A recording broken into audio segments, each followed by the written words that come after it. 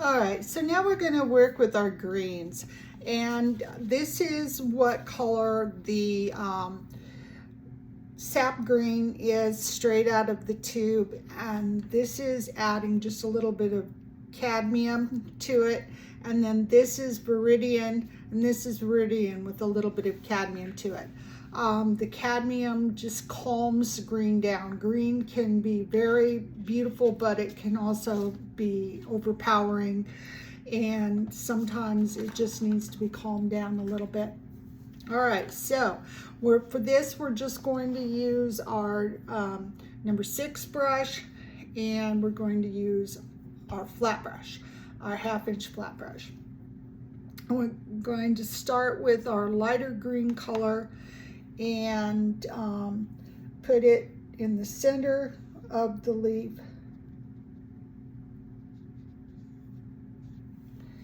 And then our darker color is going to go to the outside of the leaf. And then we're going to let it run right into the lighter color. Okay. Come back.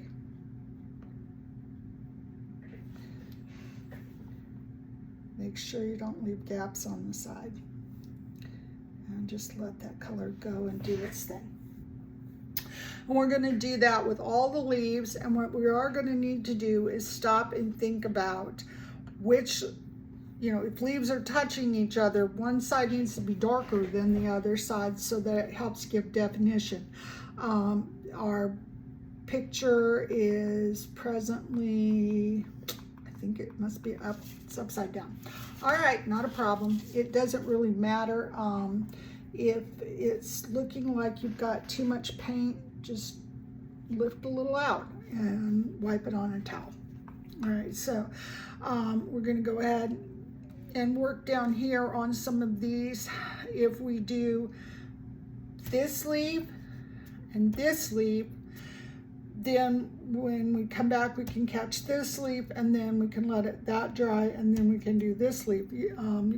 So you have to think in terms of how much can I paint and when and where can I paint.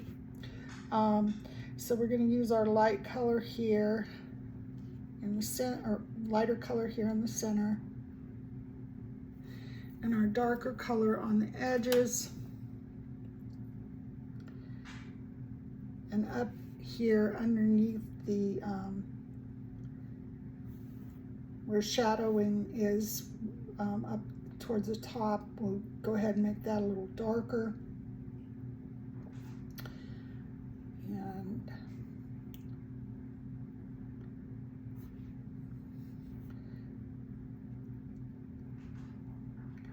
there'll be a little shadowing up at the top of the leaf because of the flower being in front of it, between the light source, which is coming from above. And coax it to join the other. And if you need to, come back with a little of your light color into it. You see where I kind of have it just jiggling everywhere. That probably wasn't my best plan.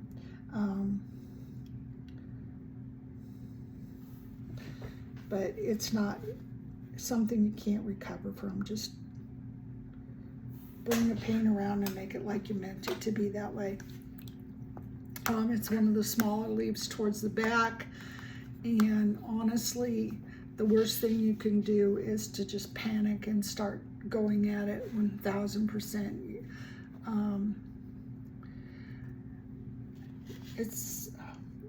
The doctors tell me that I have no lasting. I've had a stroke. It was pretty major, but it hasn't left permanent damage, but that the doctors can tell. But once in a while, I know I'm just not as sharp as I used to be, and the fact of the matter is, it's okay. I'm just so blessed to be able to continue to do this at all. So,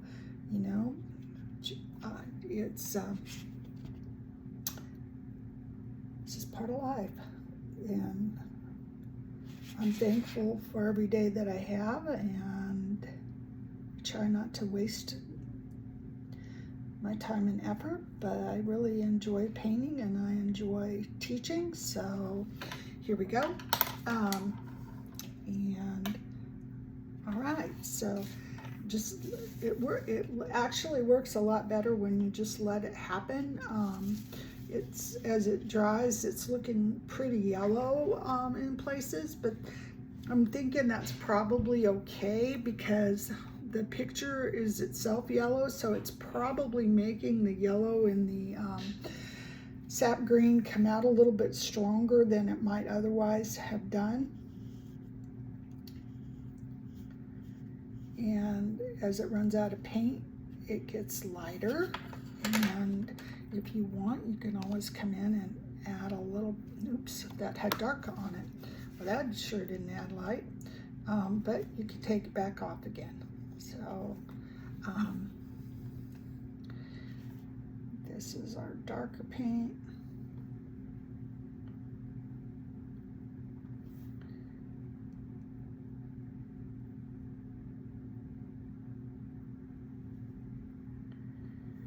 And if you happen to do what I just did and get a little paint where it wasn't intended to be, just make it like you meant it to be that way the whole time. Nobody needs to know. If you don't tell them, they most certainly won't know.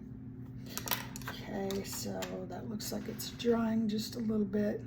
So we're going to come in and add just a little bit more green to it.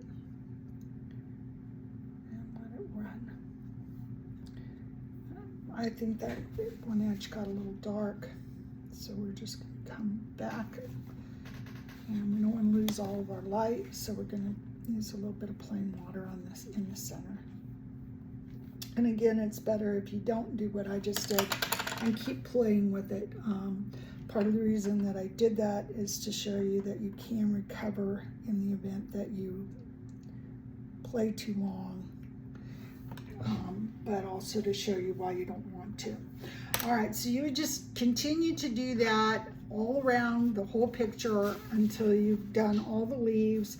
You know, do the leaves that are towards the back first, and then come back in and do the leaves that are beside it.